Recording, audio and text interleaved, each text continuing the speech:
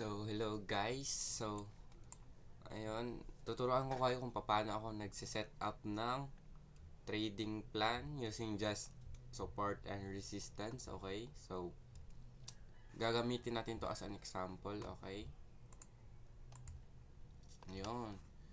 First things first is identify the trend, okay? So, ano yung trend niya? Okay? So, 'di ba? 'Di ba may ano siya? Lower lows, lower highs, lower lows, okay? So kung ganyan, may lower higher highs, lower lows, lower highs, lower lows, lower highs, lower lows, lower highs, lower lows. Kapag kaganyan guys, yung market structure, pababa na talaga yan or it means downtrend, 'di ba? So ayun guys.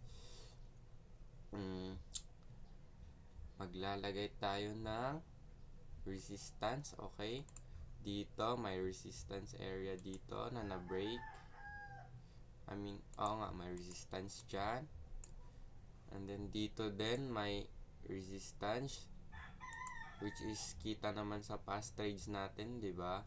So kagabi nandito yung price, and then naghahanap ako ng confirmation, okay? So high probability to guys na bumaba na talaga, okay? Dito tayo nag-entry kagabi. Boom.